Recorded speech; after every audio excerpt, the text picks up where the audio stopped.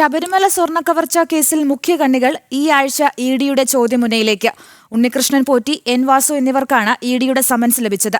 കേസിൽ മുഖ്യ പങ്കുണ്ടെന്ന SIT കണ്ടെത്തിയ പ്രതികളെയാണ് ഇഡിയും ചോദ്യം ചെയ്യുന്നത്.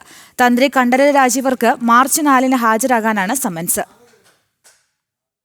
സ്വർണ്ണക്കവർച്ച കേസിലെ മുഖ്യപ്രതി ഉണ്ണികൃഷ്ണൻ പോറ്റി, ദേവസ്വം മുൻ പ്രസിഡന്റും മുൻ ദേവസ്വം കമ്മീഷണറുമായ എൻ വാസു, തന്ത്രി കണ്ഠരര് രാജീവര് എന്നിവർക്കാണ് ഇനിയുള്ള ദിവസങ്ങളിൽ സമൻസുകൾ.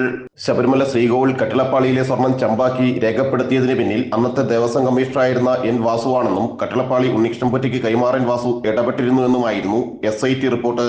കട്ടിളപ്പാളി കേസിലെ 3-ാം പ്രതിയാണ് വാസു.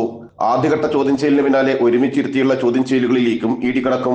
മുരാരി ബാബു, ഉണ്ണികൃഷ്ണൻ പോറ്റി എന്നിവരെയും D. സുധീഷ് കുമാർ, N. വാസു എന്നിവരെയും ഒരുമിച്ചിരുത്തി ചോദ്യം ചെയ്യും. മുൻ എക്സിക്യൂട്ടീവ് ഓഫീസറാണ് D. സുധീഷ് കുമാർ. N. വാസുവിന്റെ പ്രൈവറ്റ് സെക്രട്ടറിയായും സുധീഷ് കുമാർ പ്രവർത്തിച്ചിരുന്നു. ഡീറ്റെയിൽ ഡിവൈസുകളുടെ പരിശോധന പൂർത്തിയാക്കിയ ശേഷം ഈ തെളിവുകൾ കൂടി അടിസ്ഥാനമാക്കിയാണ് പ്രതികളെ ചോദ്യം ചെയ്യുക. ജനം, കൊച്ചി.